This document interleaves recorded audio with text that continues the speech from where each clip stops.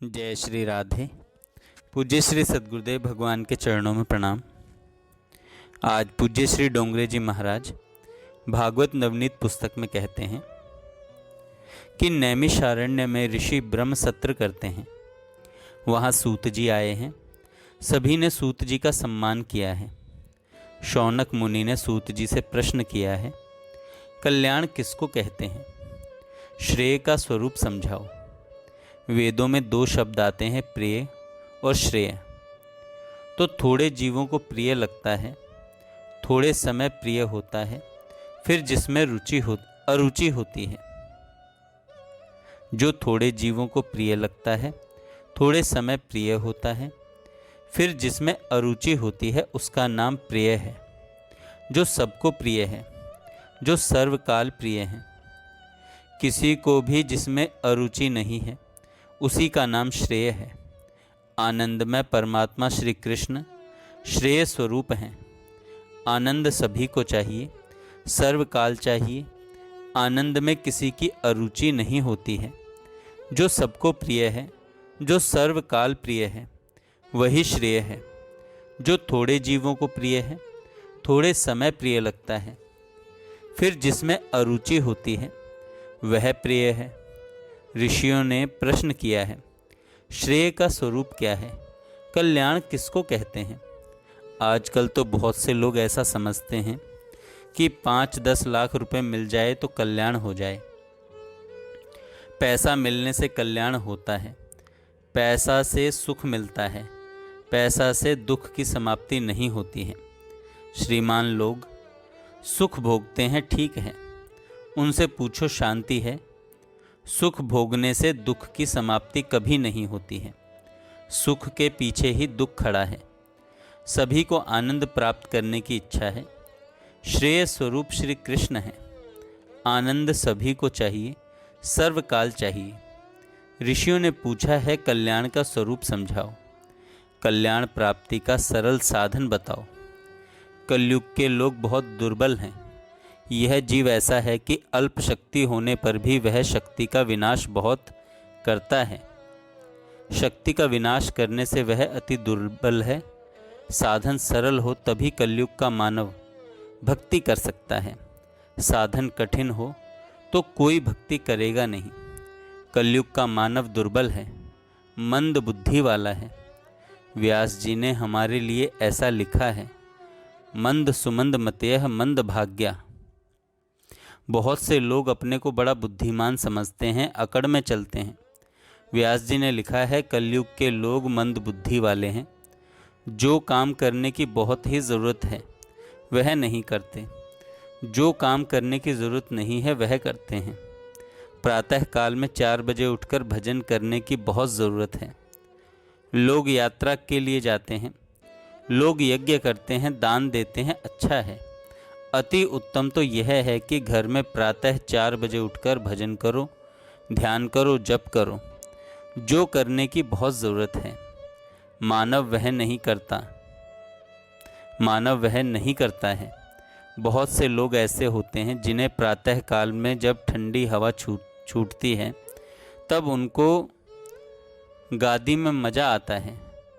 प्रातः काल में जिसको गादी में मज़ा आता है, उसको ऊपर जाने के बाद सज़ा भी बहुत होती है, मार पड़ती है।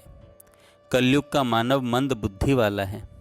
जो करने की बहुत ज़रूरत है वह नहीं करता है। व्यवहार में मानव सावधान रहता है। ऐसी सावधानता भजन में नहीं होती। बहुत से लोग रुपया जब रुपये गिनते हैं तो एकाग्र चित्त से गिनते हैं। रुपया गिनते समय उनसे कोई बोलता है तो नहीं सुनते हैं। आपने कुछ कहा होगा, मैंने सुना नहीं। रुपये गिनते समय कोई कुछ बोलता है तो वह सुनता नहीं, किंतु माला करने को जब वह बैठता है और तब कोई आता है तो सब सुन लेता है। रुपया गिनने में कैसी सावधानी! रुपया गिनता है तब मन एकाग्र होता है। ऐसी सावधानी भजन में कहाँ? मानव मंद बुद्धि वाला है। व्यवहार के काम में सावधान रहता है, भगवान की सेवा पूजा में गफलत करता है, इसलिए उसको मंद बुद्धि वाला कहा है। जीवन बहुत थोड़ा है, थोड़े ही जीवन में विघ्न बहुत आते हैं। साधन सरल हो तभी कलयुग का मानव भक्ति कर सकता है। बहुत से लोग ऐसी इच्छा रखते हैं कि भगवान घर में मुझे सभी प्रकार के अनुकूलता कर दें, तब मैं भगवान की पूजा करूंगा। मेरे इच्छा अनुसार सब प्रकार की अनुकूलता होनी चाहिए। अरे जीव जगत में आता है तब वह पाप और पुण्य दो ही लेकर आता है। कोई जीव ऐसा नहीं जो केवल पुण्य ही लेकर आया हो। सभी जीव पाप और पुण्य दोनों लेकर आते हैं। पुण्य का फल अनुकूलता है, पाप का फल प्रतिकूलता। घर में इच्छा अनुसार सब प्रकार की अनुकूलता मिलनी चाहिए, ऐसी इच्छा रखना ही अज्ञान है।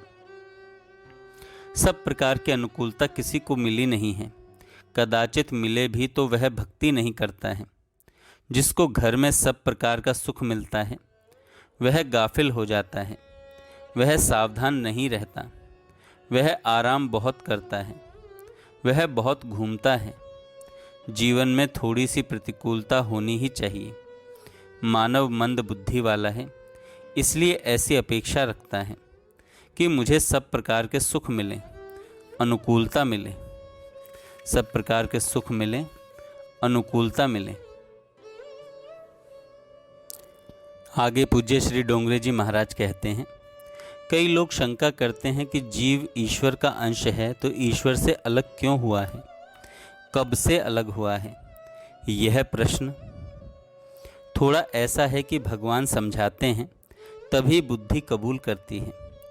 जीव ईश्वर से अलग क्यों हुआ है, कब से अलग हुआ है, विचार मत करो, भगवान की भक्ति करो। कोई रोग होने के बाद यह रोग मुझे क्यों हुआ, कब से हुआ, यह विचार करने से क्या लाभ है। रोग होने के बाद तो पथ्य के साथ दवा लेनी चाहिए। एक भाई ऐसे थे जो अपने कपड़ों की बहुत चिंता रखते थे। मेरे कपड़े बिगड़े नहीं, इसका बहुत ध्यान रखते थे। एक दिन ऐसा हुआ कि घर में आने के बाद उन्होंने देखा कि धोती में दाग लग गया है। वे सोचने लगे, दाग क्यों लगा, दाग कहाँ लगा, कब से लगा। यह सब सोचने से क्या लाभ है। वे सज्जन अपने को बड़ा सयाना समझते थे। सभी के यहाँ पूछने के लिए जाते हैं, मैं आपके घर में आया, क्या तब यह दाग लगा था। एक सज्जन ने कहा, यह सब बातें काहे को करते हो। मेरे घर में दाग लगा हो या किसी दूसरे के घर में लगा हो, साबुन लगाओ, इसको स्वच्छ हो जाएगा। दाग कहाँ लगा, कब लगा, कैसे लगा, यह सब विचार करने से क्या दाग चला जाएगा। रोग होने के बाद सब कुछ विचार छोड़ दो, पथ्य के साथ दवा लेनी चाहिए। जीव को भगवान का वियोग हुआ है, अब यह वियोग कब हुआ, कैसे हुआ, यह विचार छोड़ दो। भगवान श्री कृष्ण का ध्यान करो, प्रेम से पूजा करो, प्रेम से भगवान का नाम कीर्तन करो। सेवा स्मरण में जो तन्मय होता है उसी को भगवान का दर्शन होता है। भगवान की भक्ति में जो जगत को भूल जाता है, जो देह को भूलता है, उसी को देव का दर्शन होता है। जिसको भगवान का दर्शन होता है उसकी स्थिति बड़ी दिव्य हो जाती है। वह कभी ऐसा बोलता नहीं है कि मैं भगवान को जानता हूँ, वह ऐसा भी नहीं बोल सकता कि मैं भगवान को नहीं जानता हूँ। जो भगवान को बराबर जानता है, जिसको भगवान का आनंद मिला है, वह एक क्षण भी भगवान को नहीं छोड़ सकता। खोजा सकल जहान में, पाया पता तेरा नहीं, और जब पता तेरा लगा तो अब पता मेरा नहीं।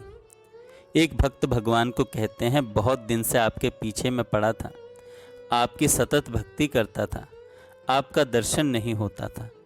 जब आपका दर्शन हुआ तब मैं रहा नहीं। जय श्री राधे। जय श्री राधे। पूज्य श्री सद्गुरुदेव।